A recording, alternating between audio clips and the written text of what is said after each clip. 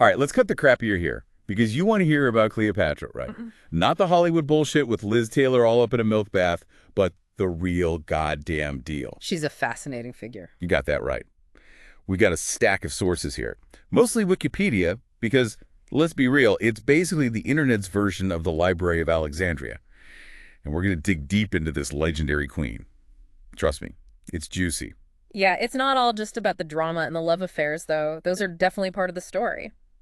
Cleopatra was a shrewd politician, a brilliant strategist, and a master of her own image. Damn straight. Yeah. First things first, Cleopatra was not Egyptian. Right. She was Macedonian Greek, Yeah. part of the Ptolemy dynasty. Descendants of Alexander the Great's crew.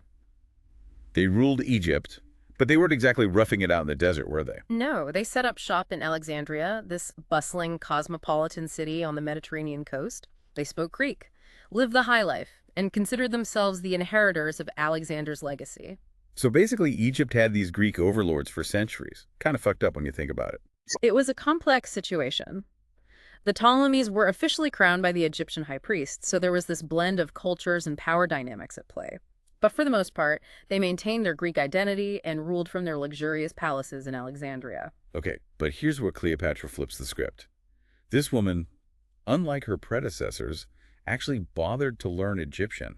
And get this, she spoke like a dozen other languages too. She was a linguistic genius. We're talking Ethiopian, Hebrew, Arabic, Syrian, Median, Parthian. You name it, she probably spoke it. The woman was a walking Rosetta Stone. Makes you wonder what the hell she was planning. Was she thinking of reclaiming all those territories the Romans were snatching up? It's possible she was definitely ambitious and saw herself as a pharaoh in the true sense, not just a Greek ruler propped up by circumstance. Speaking of the Romans, those sneaky bastards were always lurking around, right? Especially with Cleopatra's daddy, Ptolemy XII, owing them a shit ton of cash. Oh, yeah. He was knee-deep in debt to those Roman vultures. When things got messy in Egypt, he actually fled to Rome, dragging a young Cleopatra along with him. Can you imagine being a teenager and suddenly you're in Rome with your deadbeat dad who's begging for money from the most powerful empire in the world? Must have been a wild experience. Talk about a crash course in power politics. And back in Egypt, things were about to get even more dramatic. Hold up, before we get to that, I got to know more about this whole Roman debt thing. Was Ptolemy just blowing money on lavish parties and golden toilets? What was he spending all that cash on? Well, the Ptolemies were known for their extravagant lifestyle. They had massive palaces, a fleet of warships, and a court filled with artists, scholars, and yes, probably a few golden toilets. But the real reason for their debt was more political than personal. All right, spill the tea. Ptolemy XII needed Roman support to maintain his grip on power. He basically bribed Roman senators and generals to back him up against his rivals. It was a dangerous game and one that ultimately backfired. So he was playing with fire and got burned. And what about back in Egypt? Did they just forget he existed while he was off gallivanting in Rome? Not exactly. His daughter, Berenice IV, saw an opportunity and seized the throne. Damn, talk about family drama. So now we've got Daddy Dearest in Rome, Cleopatra by his side, and Big Sis ruling back in Egypt. This is some Shakespearean level shit right here. It is. And just wait till Caesar enters the picture. This is where things get really interesting. Oh yeah, good old Julius Caesar. Let's hear about how he got tangled up in this whole Egyptian mess. Well, Ptolemy XII needed Caesar's help to get his throne back, and Caesar, being the ambitious and cunning general that he was, saw an opportunity to expand Roman influence in Egypt. So he backed Ptolemy's return, and together they kicked Berenice off the throne. Ruthless. But I bet Caesar wasn't expecting to meet a young, ambitious queen who was going to completely change his game plan. Cleopatra was definitely not the meek, submissive princess Caesar was expecting. Hold on, let's unpack this. We all know about the whole Cleopatra seducing Caesar thing, but was it just a fling, or was there something more strategic at play? Cleopatra was no fool. She knew that Caesar held the keys to power in the Mediterranean, and she wasn't going to let this opportunity slip away. Forget the whole rolled up in a rug bullshit. She probably walked into that meeting with the confidence of a queen and the cunning of a seasoned politician. Damn right. She was playing chess while everyone else was playing checkers. She knew that an alliance with Caesar would secure her position as ruler of Egypt.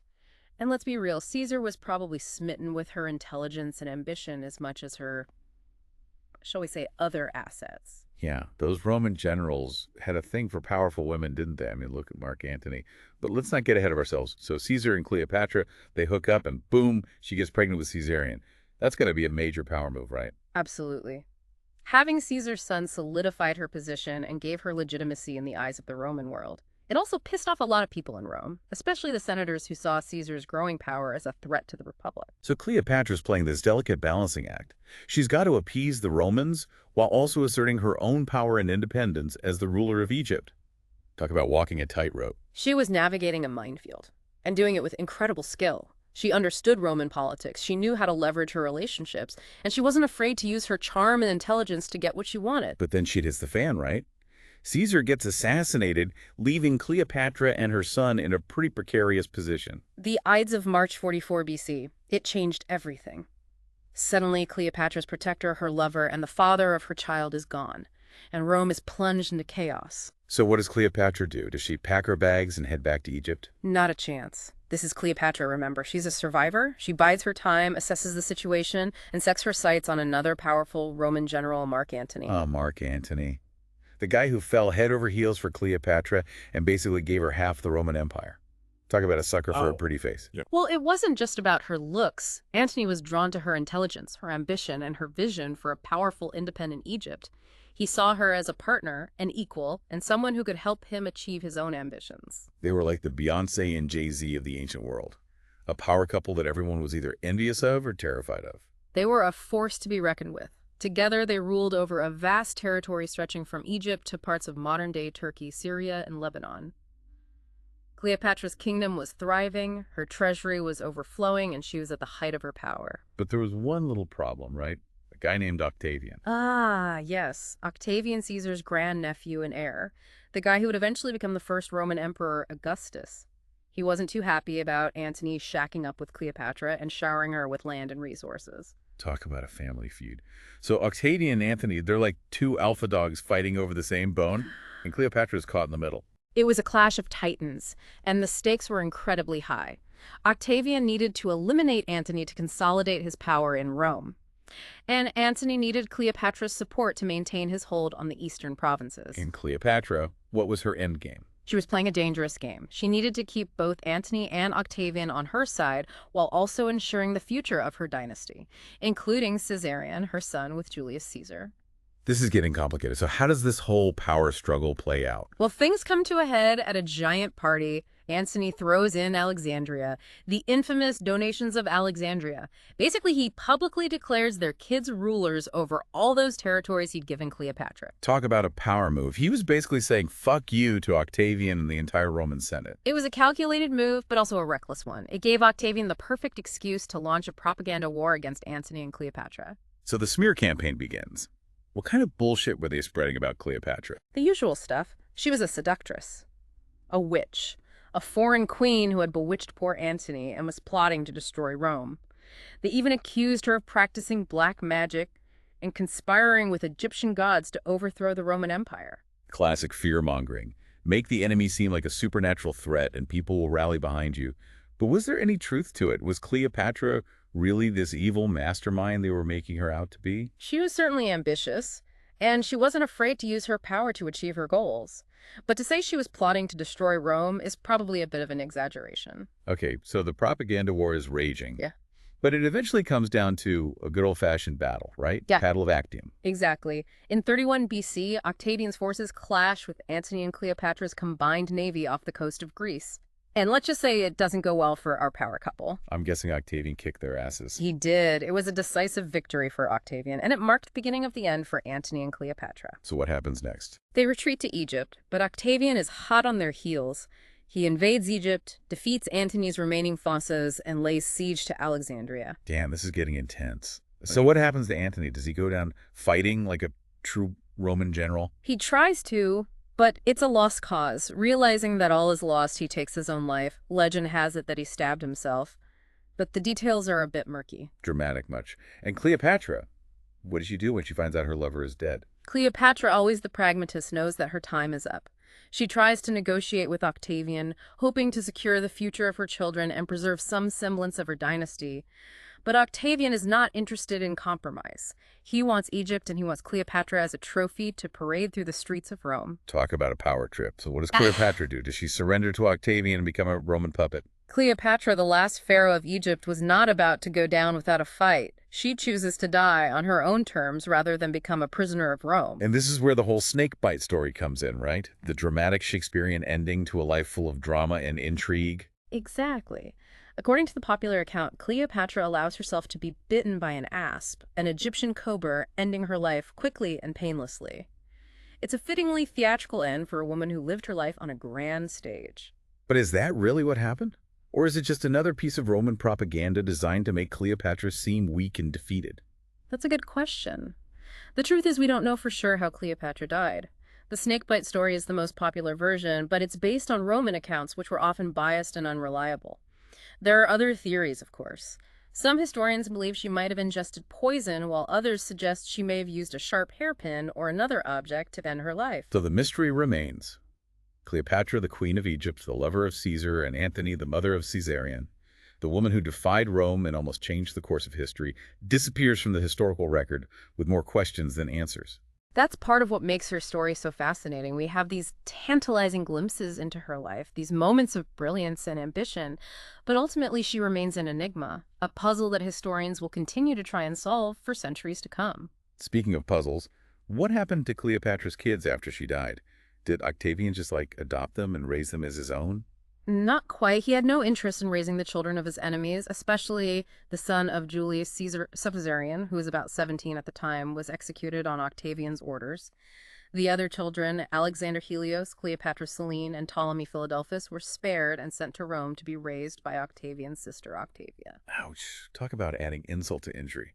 So they grew up in Rome, surrounded by the people who had destroyed their family and conquered their kingdom. What happened to them? Did they ever try to reclaim their birthright? Sadly, the boys Alexander Helios and Ptolemy Philadelphus vanished from history after a brief appearance in Octavian's triumphal procession through the streets of Rome. Their fate remains unknown.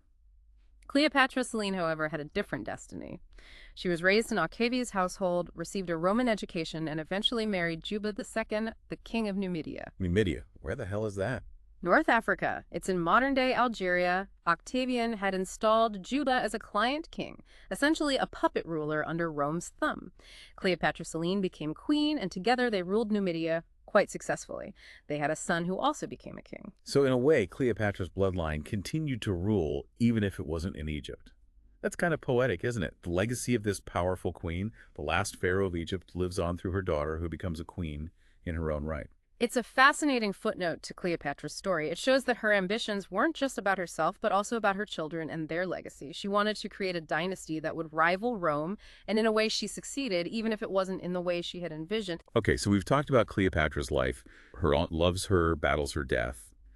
But let's talk about how she's been portrayed throughout history. I mean, she's always been seen as this ultimate seductress, the femme fatale who brought down empires with her charm. Was that all bullshit? The Romans definitely played up that angle for their own propaganda purposes. Yeah. They needed to demonize Cleopatra, paint her as this manipulative foreign queen who had bewitched poor innocent Antony. It helped justify their conquest of Egypt and solidified Octavian's power. Typical political bullshit. Slander your enemies, make them seem like monsters, and the people will cheer for their downfall. But was there any truth to it? Was Cleopatra really that beautiful? Honestly, we don't know for sure. Most accounts of her beauty come from Roman sources, so take that with a grain of salt. They weren't exactly impartial observers. What we do know is that she was incredibly intelligent, charismatic, and knew how to use her power. She was a master of image making and understood the importance of symbolism and presentation. Yeah, ruling Egypt for 21 years takes more than just good looks. So what about all those paintings and sculptures of her? They all show this stunning woman with sharp features and a piercing gaze. Were those accurate representations, or were they just Roman fantasies? Well, a lot of those are Roman interpretations. Remember that gilded bronze statue of her that Caesar erected in the Temple of Venus Genetrix in Rome? That was basically a giant fuck you to the Roman Senate, and a way to associate Cleopatra with the goddess of love and beauty. It was a deliberate strategy to shape public opinion and present Cleopatra as a powerful divine figure. Talk about a power move. But were there any Egyptian depictions of her? I'm curious to see how her own people saw her. Unfortunately, most Egyptian art from that period is pretty stylized. We do have some temple carvings and a few busts that might be her, but nothing definitive. So the real Cleopatra remains a bit of a mystery, hidden behind layers of Roman propaganda and artistic interpretation. Exactly. It's like trying to put together a puzzle with half the pieces missing. Frustrating, but also kind of exciting. It means there's still so much to discover and debate. But hey, at least we know she wasn't some meek, lovesick queen. Cleopatra was a boss bitch who played the game of power and almost won. Absolutely. And her story continues to fascinate us centuries later. She was a woman who defied expectations, challenged the status quo, and left an indelible mark on history. So what's the most mind-blowing fact about Cleopatra that you think people should know? Honestly, for me, it's her linguistic genius. Think about it. This woman was fluent in at least 7 languages, possibly more. She could communicate with diplomats, scholars, and everyday people from all corners of the ancient world. That's a level of intelligence and cultural awareness that's incredibly rare even today. Yeah, that definitely puts my high school Spanish to shame. Any other tidbits about Cleopatra that you find fascinating? Well, her coinage is pretty interesting. It actually gives us a glimpse into her political strategy. She's the only Ptolemaic queen to issue coins on her own behalf. So she was basically saying, I'm in charge, bitches. Pretty much. And the coins she minted with Antony's face, they get really interesting. What do you mean? Do they have little hearts and doves on them? No, nothing like that. The fascinating part is that their profiles look incredibly similar. You're telling me they got couples plastic surgery in ancient Egypt? No! It's a deliberate artistic choice. They are mirroring each other's features to present a unified image of power and harmony. Damn, that's some seriously subtle propaganda. Cleopatra was playing 4D chess while everyone else was still trying to figure out checkers. Exactly. Okay, so let's get back to those wild theories you mentioned about Cleopatra's death. I'm dying to know what kind of crazy shit people believe. Well, some people believe that Cleopatra might have faked her death and escaped. Faked her death. Like she just slipped out the back door while everyone was crying over a cobra bite. It's a popular theory, and there are a few variations. One idea is that she escaped to India. India? That's a long-ass boat ride. Why'd she go there? There are ancient Indian texts that mention a powerful foreign queen arriving on their shores around the same time as Cleopatra's supposed death. And we know that Cleopatra had a fleet of ships in the Red Sea, and trade routes between Egypt and India were well established. So maybe she packed up all her jewels, her gold, maybe even some scrolls from the Library of Alexandria, and set sail for a new life in India. It's like a real-life Indiana Jones adventure. It's a romantic notion. But the logistics of escaping with such a large entourage and evading Octavian's spies would have been incredibly difficult. True. But stranger things have happened. What other theories are out there? Well, some believe she might have gone into hiding somewhere in Egypt, maybe in a secret chamber in a pyramid or a hidden oasis in the desert. Like a pharaoh's version of the witness protection program, living out her days in peace, sipping wine, and writing her memoirs. It's a possibility, but again, it would have been difficult for someone as high profile as Cleopatra to disappear completely. She was a queen, a goddess in the eyes of her people. It's hard to imagine her living a quiet life in obscurity. Okay, so escaping to India or going into hiding, both pretty far-fetched. Are there any theories that are a little closer to reality? Some scholars believe the whole snakebite thing might be a misinterpretation. Didn't we already establish that it was probably poison? Yes, but the type of poison might be the key here. Certain Egyptian plants, like mandrake or henbane, can induce a coma-like state that mimics death. So she could have taken one of these plants, appeared dead, and then been secretly revived later. It's a possibility. Remember, the details of her death come from Roman sources who weren't exactly unbiased observers. They had every reason to portray her death as a suicide, a sign of weakness and defeat. It fit their narrative of Roman triumph and Egyptian submission. So maybe Cleopatra wasn't defeated. Maybe she pulled off the ultimate power move, outsmarted Octavian, and escaped to live another day. It's a tantalizing thought, isn't it? It is, and it speaks to the enduring power of Cleopatra's story. Centuries later, we're still fascinated by her life, her loves, her ambitions, and her mysterious death. She was a woman who defied expectations, challenged the might of Rome, and left an indelible mark on history. And we'll probably never know the whole truth about what happened in those final moments. Did she die in her tomb, or did she find a way to escape and start a new life? The mystery remains. That's the beauty of history. It's full of gaps and silences, and it's up to us to fill in the blanks with our imagination and our interpretations. Well said. I think it's safe to say that Cleopatra, whether she died in her tomb or escaped to parts unknown, will forever remain an enigma, a symbol of power, ambition, and ultimately the enduring mystery of the past. A mystery that we'll be trying to solve for centuries to come. And that's a wrap on this deep dive into the life and times of Cleopatra. We covered a lot of ground today, from her Greek heritage and rise to power to her tumultuous love affairs and mysterious death. I think we can agree that Cleopatra was more than just a pretty face. She was a brilliant strategist, a cunning politician, and a master manipulator of both men and empires. Absolutely. She was a goddamn force of nature who defied expectations and almost changed the course of history. So next time you hear someone say Cleopatra, don't just think of Elizabeth Taylor in a bathtub full of milk. Remember the real Cleopatra? The Macedonian Greek queen who ruled Egypt, challenged Rome, and left behind a legacy shrouded in intrigue and endless assassination. Well said. And who knows, maybe one day we'll finally uncover the truth about what happened to her in those final moments. Until then, keep those theories coming, folks. And thanks for joining us on the Deep Dives. Peace out, been on.